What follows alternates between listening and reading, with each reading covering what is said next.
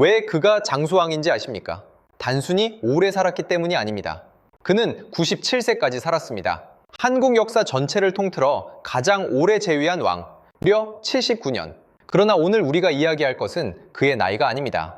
그가 어떻게 백제의 수도를 불태우고 신라를 손바닥 위에 올려놓고 중국 남북의 두 왕조 모두에게 고개를 숙이게 만들었는가? 그리고 그 모든 일을 해내면서도 역사는 왜 그를 정복자가 아닌 어진 왕으로 기억하는가? 지금부터 그 비밀을 하나씩 열어보겠습니다.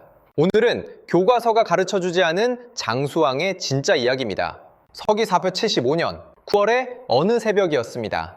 한성, 백제의 수도. 성벽 위로 횃불이 타오르고 있었습니다. 하지만 그 불은 성을 지키는 백제 군사들의 불이 아니었습니다. 북쪽에서 내려온 고구려군 3만의 불빛이었습니다. 불빛은 사방을 에워쌌습니다. 동쪽도, 서쪽도, 남쪽도 탈출구가 없었습니다. 성 안에서는 백제의 계로왕이 최후의 결단을 내리고 있었습니다. 신뢰 구원병을 요청했지만 아무도 오지 않았습니다. 신하들은 이미 무너지기 시작했고 백성들의 울부짖음이 성벽을 넘어 들렸습니다. 계로왕은 결국 성을 버리고 탈출을 시도했습니다. 그리고 붙잡혔습니다. 고구려 장수걸룩, 이름을 기억하십시오. 그는 무릎을 꿇은 백제의 왕 앞에서 3번 침을 뱉었다고 합니다. 왕의 사기는 이 장면을 그렇게 기록하고 있습니다. 계로왕은 아차산 아래에서 목이 잘렸습니다. 성은 불탔습니다. 백제 700년 대읍이 하루아침에 잿더미가 되었습니다. 이 모든 것을 지휘한 사람, 멀리 평양성에서 전령의 보고를 받으며 승리를 확인한 사람, 그때 이 나이 60이 넘었던 그 사람이 바로 고구려 제20대 왕 장수왕이었습니다. 그런데 여기서 한 가지 의문이 생깁니다. 그는 왜 하필 이때 백제를 쳤을까요? 왜 수십 년을 기다렸을까요? 그리고 이 전쟁은 단순한 영토 싸움이었을까요?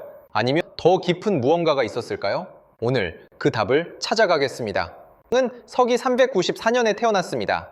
아버지는 고구려 역사상 가장 위대한 정복군주로 불리는 광개토대왕 탐덕. 어머니에 대한 기록은 거의 남아있지 않습니다. 그대로 책봉된 것은 12살 무렵이었습니다. 어린거련 훗날의 장수왕은 아버지를 보며 자랐습니다. 광개토대왕은 전쟁에서 전쟁으로 이어지는 삶을 살았습니다. 즉위 첫 해부터 백제를 쳤고 북으로는 거란과 후연을 격파했으며 동으로는 신라에 침입한 왜를 몰아냈습니다. 그의 생애는 전쟁이었고 고구려는 그 전쟁으로 동아시아 최강의 나라가 되었습니다. 그러나 광개토대왕은 서기 413년 불과 39세의 나이로 세상을 떠났습니다. 19살의 거련이 그 뒤를 이었습니다. 아버지의 죽음, 그것이 장수왕의 출발점이었습니다. 19살의 왕이 마주한 것은 광대한 영토만이 아니었습니다. 그것을 유지하고 더 키워야 한다는 무게였습니다.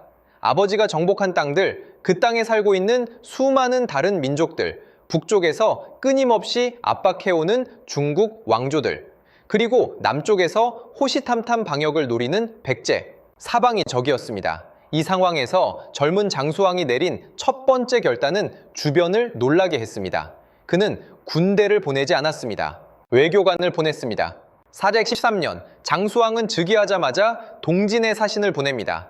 이듬해에는 북연에도 사신을 보냅니다.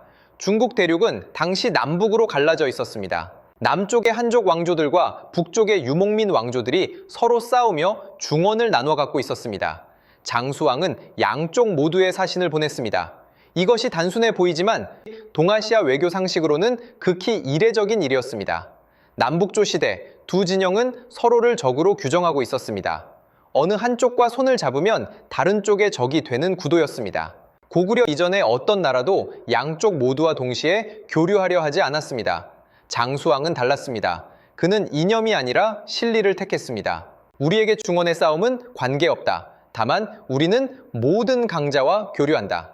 이것이 장수왕 외교의 핵심이었습니다. 이 전략이 얼마나 성공했는가를 보여주는 숫자가 있습니다.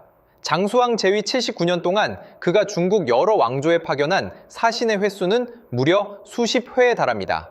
남조의 송, 제, 북의 북이, 북연 등 가리지 않았습니다.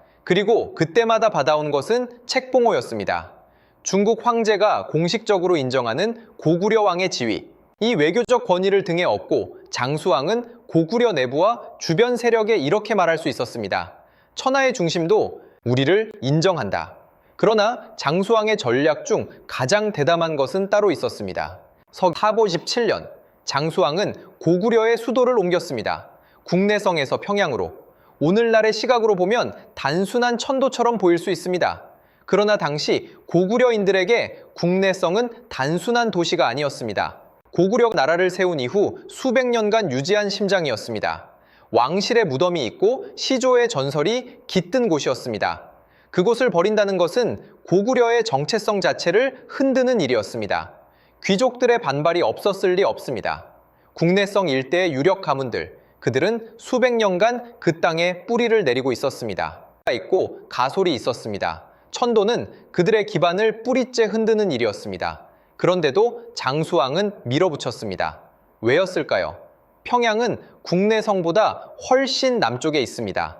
대강 유역의 기름진 땅, 중국과의 교역로에 더 가깝고 한반도 남쪽을 향한 진출에도 훨씬 유리한 위치입니다. 장수왕은 이미 이때 앞으로 50년의 판을 그리고 있었습니다. 남진, 한반도 전체를 고구려의 영향권 아래 두겠다는 구상. 천도는 그 첫 번째 포석이었습니다. 그리고 이것이 백제와 신라를 공포에 떨게 만들었습니다. 고구려가 수도를 남쪽으로 옮겼다는 것은 다음번 화살이 어디를 향하는지 보여주는 신호였기 때문입니다. 백제는 즉각 반응했습니다. 당시 백제의 왕은 비유왕이었습니다. 그는 443년 신라의 눌지왕에게 사신을 보냅니다. 내용은 간단했습니다. 우리 함께 고구려를 막읍시다. 이것이 역사에서 말하는 나제동맹, 백제와 신라의 군사동맹입니다.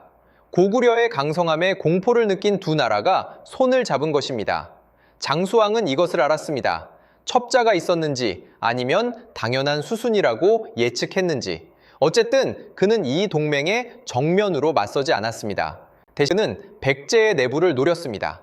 도림이라는 승려가 있었습니다. 삼국사기의 기록에 따르면 장수왕은 도림을 백제로 보냈습니다. 죄인을 자처하며 백제로 망명한 것처럼 위장시켜서. 도림은 바둑을 잘 뒀다고 합니다. 그리고 백제의 계로왕 역시 바둑을 몹시 좋아했습니다. 두 사람은 가까워졌습니다. 하루 이틀이 아니라 몇 년에 걸쳐. 도림은 계로왕의 신임을 얻은 다음 조언을 시작했습니다. 대규모 토목공사를 권유했습니다. 궁궐을 더 크게 짓고 성벽을 더 높이 쌓고 왕릉을 더 웅장하게 만들라고. 강력한 왕이라면 그에 걸맞은 위엄을 갖춰야 한다고. 계로왕은 그 말을 들었습니다. 수년에 걸친 공사가 시작되었습니다. 백성들이 동원되었고 국고가 비어갔습니다. 군사훈련은 뒷전으로 밀렸습니다. 나라의 힘이 땅속으로 스며들고 있었습니다. 도림은 그 시점에 고구려로 돌아갔습니다. 백제는 이제 칠 수 있습니다. 그것이 그가 장수왕에게 올린 보고의 핵심이었을 것입니다.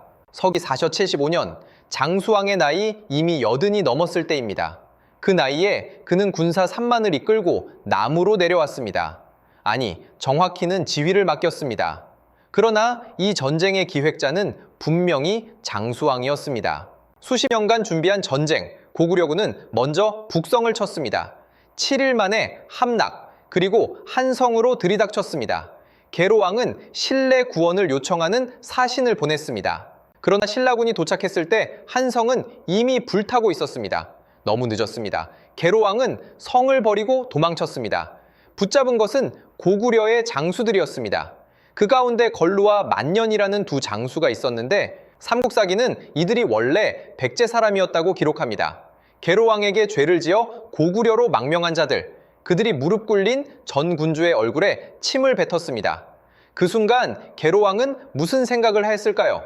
도림을 믿었던 자신의 어리석음을 후회했을까요? 아무 생각도 할 수 없었을까요? 그는 아차산 아래에서 처형되었습니다. 한성 함락, 계로왕 전사, 백제는 수도를 웅진 지금의 공주로 옮겨야 했습니다. 사실상 한반도 중부의 패권은 이날 고구려로 넘어갔습니다. 그런데 여기서 우리가 잘 모르는 장면이 하나 있습니다. 장수왕이 백제를 친 것은 단순한 정복욕이었을까요? 역사학자들이 주목하는 것이 있습니다. 광개 토대왕 시절 백제는 고구려에 크게 패하며 굴욕적인 조약을 맺었습니다.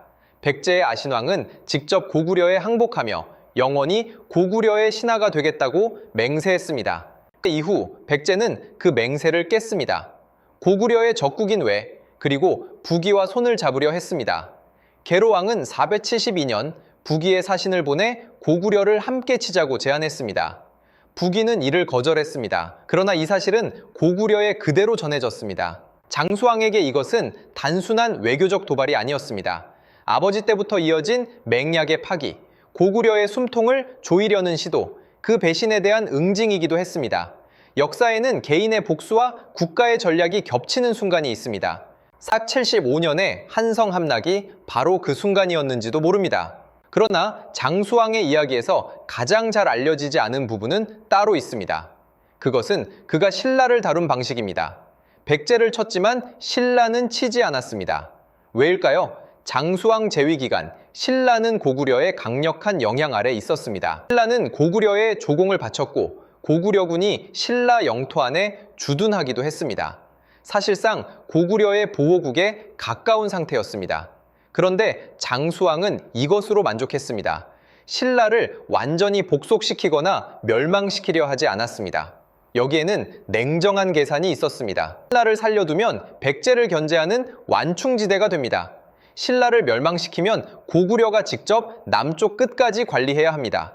방대한 영토를 다스리는 비용이 너무 컸습니다. 게다가 신라는 이미 고구려에 복종하고 있었습니다. 굳이 전쟁을 해서 피를 흘릴 이유가 없었습니다. 장수왕은 힘을 썼지만 필요 이상으로 쓰지는 않았습니다. 이것이 광개토대왕과 장수왕의 결정적인 차이였습니다. 광개토대왕은 정복했습니다. 장수왕은 지배했습니다. 정복은 단번에 이루어지지만 지배는 오래 지속됩니다. 아버지가 넓힌 땅을 아들은 더욱 깊게 다졌습니다. 장수왕의 업적을 이야기할 때 빠질 수 없는 것이 하나 더 있습니다. 바로 광개토대왕 능비입니다. 44년 장수왕은 아버지의 무덤 곁에 거대한 비석을 세웠습니다. 높이 6.39m, 내면에 걸쳐 1075자의 한자가 빼곡히 새겨진 이 비석은 오늘날 고구려 역사의 가장 중요한 사료 가운데 하나입니다. 왜 장수왕은 이 비석을 세웠을까요? 단순한 추모였을까요? 아닙니다. 이것은 정치적 선언이었습니다. 비석에는 고구려의 건국 신화, 광개토대왕의 정복 사업, 그리고 왕릉을 관리할 묘지기들의 이름과 수까지 빼곡히 기록되어 있습니다. 이 비석은 우리 고구려는 이런 나라다. 우리 왕실은 이런 정통성을 가졌다. 이 위대함을 영원히 기억하라는 선포였습니다. 새로 즉위한 19살의 왕이 아버지의 위대함을 돌에 새기며 자신의 권위를 세운 것이었습니다. 그리고 이 비석은 천초 600년이 지난 지금도 중국 지린성 지안에 서 있습니다. 장수왕이 돌에 새긴 것은 그냥 글자가 아니었습니다. 시간이었습니다. 이쯤에서 우리는 한 가지 사실을 다시 확인해야 합니다. 장수왕은 97세까지 살았습니다. 서기 394년에 태어나 491년에 세상을 떠났습니다. 재위 기간은 79년입니다. 이것은 그냥 숫자가 아닙니다. 79년이라는 시간 동안 그는 무엇을 보았을까요? 즉위할 때 아버지의 죽음으로 슬퍼하던 19살의 자신, 천도를 강행하며 귀족들의 반발을 눌러야 했던 30대의 자신, 도림을 백제로 보내며 수십 년을 기다린 중년의 자신, 그리고 80이 넘어 마침내 한성을 불태운 노년의 자신. 그 긴 시간 동안 그와 함께한 신하들 중 얼마나 많은 이들이 먼저 세상을 떠났을까요? 적이었던 왕들도 1명, 2명 죽어갔습니다. 중국의 황제들도 여럿 바뀌었습니다. 그는 그 모든 것을 지켜보며 살았습니다. 장수한다는 것은 단지 오래 산다는 뜻이 아닙니다. 오래 버틴다는 뜻입니다. 권력을 오래 유지한다는 뜻입니다. 적이 먼저 죽을 때까지 살아남는다는 뜻이기도 합니다. 어쩌면 장수왕이라는 시호는 그 모든 것을 한 단어로 압축한 것인지도 모릅니다. 491년 장수왕이 세상을 떠났습니다. 고구려의 신하들과 백성들이 슬퍼했습니다. 중국 북위의 황제도 애도를 표했다고 전해집니다. 멀리 있는 나라의 왕이 죽었는데 적국의 황제가 조문을 보냈습니다. 이것이 장수왕이 외교로 쌓아올린 국제적 위상이었습니다. 그가 남긴 것은 무엇이었을까요? 영토를 보십시오. 장수왕 시대 고구려의 남쪽 경계는 지금의 경기도, 충청도까지 내려왔습니다. 북쪽으로는 만주 깊숙이, 동쪽으로는 동해안까지. 한국사에서 단일 왕조가 지배한 영토로는 이 시기 고구려가 가장 넓었습니다. 그러나 그보다 더 중요한 것이 있습니다. 장수왕은 자신의 시대가 끝나도 오래 지속될 질서를 만들었습니다. 외교의 틀, 남북의 균형, 신라를 완충지대로 활용하는 구도. 이것들은 그가 죽은 뒤에도 한동안 동아시아의 기본 질서로 남았습니다. 정복자는 영토를 남기고 정치가는 질서를 남깁니다. 장수왕은 정복자이면서 동시에 정치가였습니다. 오늘 장수왕의 이야기를 들으며 여러분은 무엇이 가장 인상 깊었습니까? 전쟁에서 이기는 것보다 기다릴 줄 아는 것이 더 무섭다는 것. 적을 이기는 방법이 단 하나가 아니라는 것. 아버지의 그늘 속에서도 오래 살아남는 것 자체가 하나의 힘이라는 것. 여러분이 만약 장수왕의 자리에 있었다면 아버지처럼 곧장 칼을 들었겠습니까? 아니면 수십 년을 기다리는 길을 선택했겠습니까? 댓글로 여러분의 생각을 알려주십시오. 역사 속 선택 앞에서 우리가 어떤 결정을 내릴지, 그것이 우리가 역사를 공부하는 이유이기도 합니다. 오늘 영상이 도움이 되셨다면 구독과 좋아요 부탁드립니다. 다음 영상에서도 교과서 밖의 역사, 더 깊은 이야기로 찾아오겠습니다.